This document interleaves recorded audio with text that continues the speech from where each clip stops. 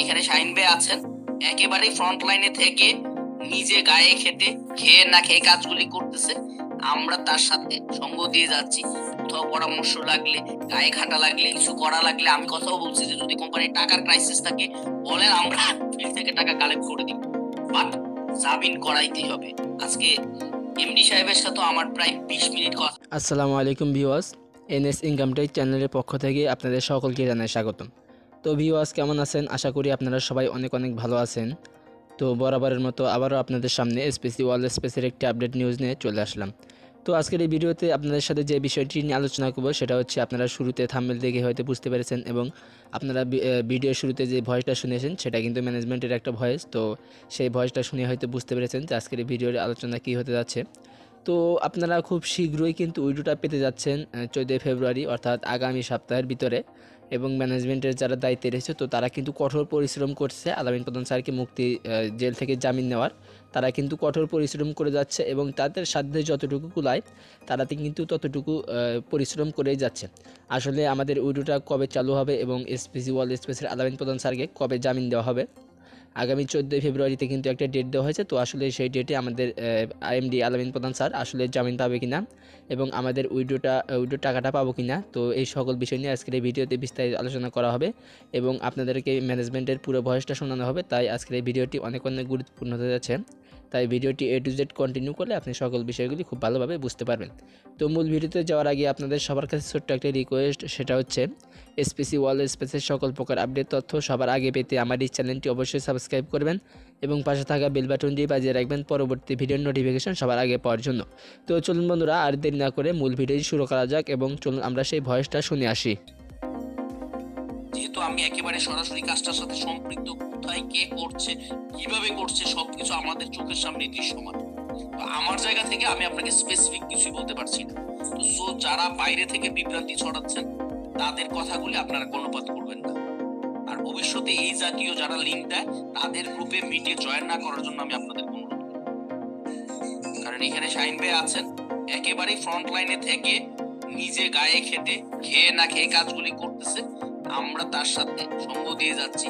কোথাও পরামর্শ লাগলে, গায়ে খাটা লাগলে, কিছু করা লাগলে আমি কথাও বলছি যে যদি কোম্পানির টাকার ক্রাইসিস থাকে বলেন, আমরা ফিল্ড থেকে টাকা কালেক্ট করে দিব, বাট জামিন করাইতেই হবে। আজকে এমডি সাহেবের সাথে আমার প্রায় 20 মিনিট কথা হয়েছে, কিছু কিছু ক্ষেত্রে ঝগড়া হয়েছে। আজকে আমাদের এমডি সাহেবের মামা, ওনার সাথে আমার ব্যাপক বাজে টকিং হয়েছে। তারপরও কিন্তু আমরা কাজটা সেরে আসি নাই, কারণ সেরে আসলে একটা বিভ্রান্তি তৈরি হবে। আমরা চেষ্টা করে যাচ্ছি এটাকে একটা মিলের মধ্যে রেখে, ঐক্যর মধ্যে রেখে আমরা কিভাবে এই বাজে পরিস্থিতি থেকে বের হয়ে আসতে পারি। আমি আসলে প্রস্তুত ছিলাম না। শাহিন ভাই হঠাৎ করে ফোন দিয়ে বলেন আপনারা এর আগে কে কি কোশ্চেন করছেন বা কি আলোচনা হচ্ছিল এটা আমার নলেজে নাই।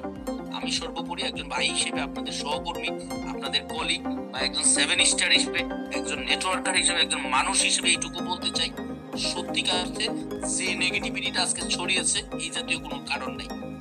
আর সেই পজিটিভিটি ছড়াইছেন এটারও কোনো বেসিক কারণ নেই। আইনগত বিষয় কিছুটা জটিলতা আজকে হয়েছে, ইনশাল্লাহ আগামী সপ্তাহে এটা নিরসন করে এমডি মহোদয়কে আমরা বের করে আনবো। সেই প্রক্রিয়ার জন্য আমরা সর্বাত্মক প্রচেষ্টা করে যাচ্ছি। আল্লাহ পাক চাইলে অবশ্যই আমরা এটা থেকে কামিয়াব হব। সবার দোয়া কামনা করছি, আমাদের জন্য দোয়া করবেন। মানুষ যেহেতু আমরা কাজ করি, ভুল হতে পারে, তবে আমরা এমন কোনো অন্যায় করছি না যার কারণে আদার্স আমাদের কলিগরা এই ধরনের বিভ্রান্তি ছড়াচ্ছে। যারা এই বিভ্রান্তিগুলি ছড়াচ্ছে তাদের ভিন্ন ফায়দা লুটার ঘটনা আছে, এরকম ইনফরমেশন আমাদের কাছে আছে। যারা আজকে বলেছেন এমডি সাহেব পালিয়ে যাবে, কোম্পানিটা বন্ধ হয়ে যাচ্ছে, তারা কি কারণে বলেছেন আজকে আমরা এটা লাইভ মিটিং এ জানতে চাই। দেখি তারা কি ব্যাখ্যা দেয়, কারণ তাদের বিরুদ্ধে বহু এলিগেশন আমাদের কাছে আছে। আর এর মধ্য দিয়ে এসপিসি বন্ধ হয়ে গেলে তাদের সুবিধা হবে, এটা তারাই ভালো জানেন। আমার কথা হচ্ছে, আপনার যদি ভালো না লাগে আপনি চুপ থাকেন, আপনাকে কেউ বলে নাই, আপনার কাছে কেউ জানতে চায় নাই, আপনি কেন বিভ্রান্তিটা ছড়াতে চেষ্টা করছেন? সবাই ভালো থাকবেন। কথা কম বললে ভুল কম হয়, সেই কথা বলা মানেই একটা নতুন ভুলের সৃষ্টি হয়। আমি যেহেতু খুবই একটা মর্মান্তিক পরিস্থিতি পাড়ি দিচ্ছি আজকে 4 মাস, এর আগে থেকেও আমাদের কষ্ট হচ্ছিল, বিশেষ করে 4 মাস এমডি সাহেব ভিতরে বসে আছে। এর আগে তো কোম্পানি উইথড্র না দিলেও আমরা সেলস করে মোটামুটি টিকে ছিলাম। আর যেহেতু কোম্পানির এমডি অ্যারেস্ট হয়ে গেছে, একটা বাজে পরিস্থিতি, এমন জায়গায় গিয়েছে কেউ চাইলে সেল করারও কোনো পরিস্থিতি নাই। সো এরকম মানবেতর জায়গা থেকে কাদা ছুড়াছুড়িটা আমরা যেন না করি, আমরা যেন অন্তত নিজের ভালোটুকু বুঝি। আর যদি নিজের ভালো প্রয়োজন না হয় আমরা চুপ থাকি, অন্যের ক্ষতিটা আমরা না করি। সবাই ভালো থাকবেন, সুস্থ থাকবেন। আল্লাহর পাকে আমরা চাই, দোয়ায় অনেক কিছু হয়।